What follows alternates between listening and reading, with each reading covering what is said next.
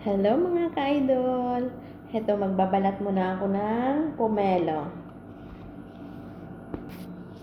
Pagkatapos kong balatan, himay-himayin ko na siya.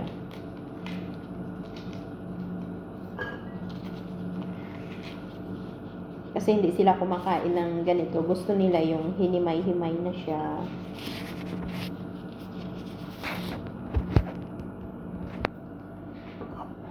Ito na ang aking hinimay na pomelo.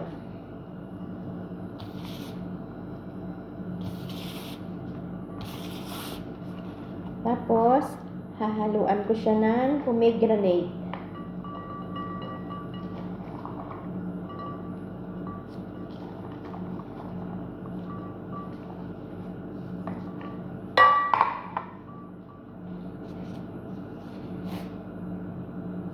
Ito na, meron na akong pomelo salad. Thank you for watching.